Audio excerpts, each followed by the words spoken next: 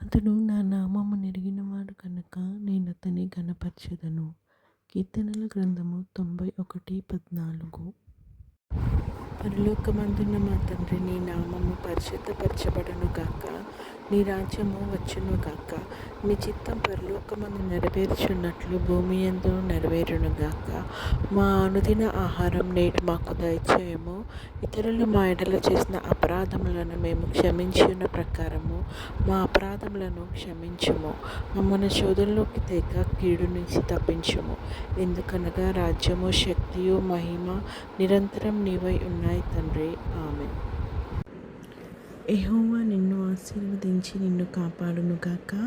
యెహోవా నీకు తన సన్నిధిని ప్రకాశింపచేసి నిన్ను కరుణించునుగాక.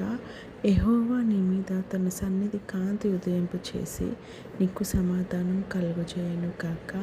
ఆమేన్.